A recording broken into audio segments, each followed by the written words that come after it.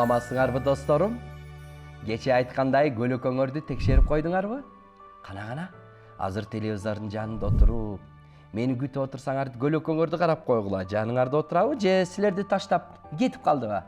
Бар бекен? Ай, азамат. Таргыл, сенин көлөкөң жокко? Таргыл да көлөкөсүн издей берсин, а мен силерге кечээки жомоктун уландысын айтып берейин. Балдар жазуучусу Ганс Христиан Андерсендин профессордун көлөкөсүнүн кадимки адамга айланышы деген жомоктун уландысын айта берейин. Балким экинчи кайрылып келбейт деп ойлогондурсуз.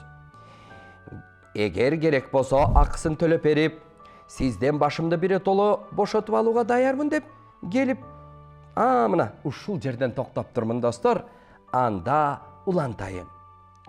Ал ушинтип айтты да, саатынын чынжырчасын шылдыратып койду. Мойнунда болсо алтын чынжыр, колунун манжаларында бриллиант шакектер тим эле көз уялтып жалтырайт. Окумуштуу эч нерсе түшүнбөй турду. Ошондон кийин көлөкө: "Ооба. Бул таң каларлык көрүнүш, бирок бул чындык. Өзүңүз билесиз. Мен бала чагымдан бери эле сиздин жаныңызда жүрөм. Сизден көп нерселерди үйрөндүм. Телегей тегиз турмушка жетиштим. Ошондой болсо да сизди мен аябай сагынып келдим. Айтмакчы, азыр сиздин жаңы көлөкөңүз бар. Ага карызым жокпу? Болсо азыр эле төлөп берүүгө даярмын", деди. Ошондо таң калган окумуштуу: "Мен түгүшен албай турам. Чын эле сенсиңби?" деди. Анда көлөкө: "Ооба, мен сенин баштагы көлөкөңмүн", деди. Окумуштуу эми суроо берүүгө өттү. "Анда мындай, баягы маңдайкы үйдө жашаганыңда эмнелерди көргөнүңдү айтып берчү". Ошондон кийин көлөкө сырын төктү. "Сиз билесизби? Ал үйдө поэзиянын дал өсү жашайт экен. Мен ал жерде 3 жума жашап, бардык акындар тарабынан жазылган чыгармаларды бүт окуп чыккандай болдум. Бардыгын көрүп, бардыгын мен билдим. Бөлмөлөрдө шам жагылбагандыктан күйгүм тартып турган. Катар менен бир нече бөлмөлөр бар.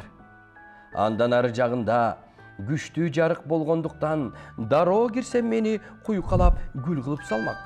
Кыскасы, поэзия ак сарайынан жетип кадимки адамга айландым. Анан ачыгын айтсам, момпосуй саткан аялдын көйнөгүнө жабышып жан бактым. Эң кызыгы, үйдүн дубалдарынын боору менен жогору чуркап чыгып, үйлөрдүн эң бийик кабатындагы терезелерине, чатырларына баш багып, баарын көрүп чыктым.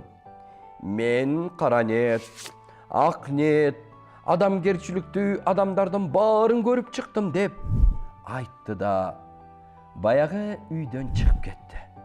Бирок көп өтпөй көлөкө кайра келди да профессор менен кечке маектешти. Ал кезде профессор өңдөн азып, ооруп калган болчу. Ошондо көлөкө ага сунуш киргизди. "Жүрү, алыскы деңиз жээгине барып эс алып, көңүл кушун көтөрүп келели", деди. Аны укканда дегенде окумуштуу такыр көнбөй атып, анан макул болду. Ошентип экөө алыскы деңизге барып эс алмай болушту. Ал жак чын эле укмуштуудай тим эле кооз керемет жер экен. Ошондуктан дүйнөнүн туш тарабынан ар кандай байлыгы ашып ташыган адамдар, хан бийкелер келип эс алышчу. Айткандай эле, алыскы өлкөдөн бир сулуу хан бийке өзүнүн кызматчылары менен эс алганы келген. Аны менен көлөкө бат эле сүйлөшүп, ынак болуп кетти. Анткени ал окумуштуу жашаган үйдүн маңдайындагы үйдө 3 жума жашап калган эмеспи? Жашамак турсун ал үйдө жүрүп, поэзия тууралуу түшүнүгү артып, акындар тарабынан жазылган чыгармаларды бүт окуп чыккандай болдум деген да. Ошондон улам хан айымдын жанында өзүн билимдүү, анан калса маданияттуу алып жүрдү. Тез эле хан айым ага көнүп, ал тургай жактырып да калды. Ал эми профессорду болсо хан айымга менин көлөкөм деп атады. Профессор болсо ага көп деле териккен жок. Мейли, айса айта берсин. Андан эмне болуп кетмек элем деген ойдо жүрө берди. Күндөрдүн биринде көлөкө менен хан бийке үйлөнмөк болушту. Ошондо көлөкө келип, профессорго минтип айтты: "Урматтуу профессор, мен сени адамдардын баарынын көз алдында менин көлөкөм деп айтамын. А сен ага макул болууга тийиштиң.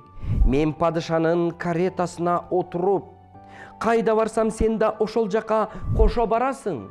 Андан башка да жыл сайын алтын тыйындарды берип турам" деди. Муну укканда профессордун күйбөгөн жери күл болду. Жок, бул барып турган жосунсуз жорук. Мен хан бийкеге барып, бардык чындыкты айтам. Мен сенин көлөкөң эмес, сен менин көлөкөм экениңди айтам деди да. Анда көлөкө: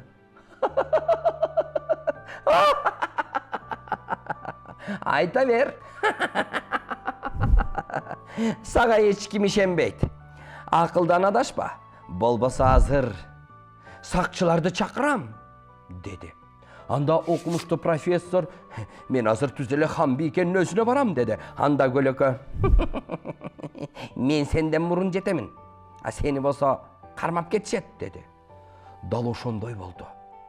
Сакчылар хан бийкенин күйөөгө чыкканы жаткан көлөкөнүн тилин угуп, анан хан бийке көлөкөнүн калтырап титиреп жатканын көрүп: "Сен эмне, ооруп турасыңбы" деди. Анда көлөкө: "Билсең кайдагы бир менин көлөкөм акылдан адашыптыр. Анын айткандарына караганда мен анын көлөкөсү имишмин. Болбосо кадыресе окумуштуу профессор имиш" деди. Ошондо хан бийке көлөкөгө кошулуп: "Шорду көлөкө, ал бир бактысыз неме тура. Аны кирсе чыккыс кылып, орго камап салганыбыз оңго" деди. Анда көлөкө: "Жок, ал канткен менен менин жанымда жүргөн малайым эмес беле" деп оор түшкүрүп койду. Анда хан бийке: "Сиз өтө ырайымдуу жан экенсиз" деди. Ошентип шаардын көчөлөрүндө түркүн түстүү шамдар жагылып, замбыректер атылып, жаңы үйлөнгөндөргө урмат сый көрсөтүштү. Профессор болсо булардын бирин да көргөн жок. Мына ошентип жомок дагы аяктап калды. Көлөкө деген бале окшойт. Байкагыла балдар, силердин да көлөкөңөр таштап кетпесин. Бирок акын жазуучулардын чыгармаларын калтырбай окугула. Анткени профессордун көлөкөсү акындардын чыгармалары менен бүт таанышып, көп нерсеге жетишкенин өзүңөр деле байкадыңар, достор.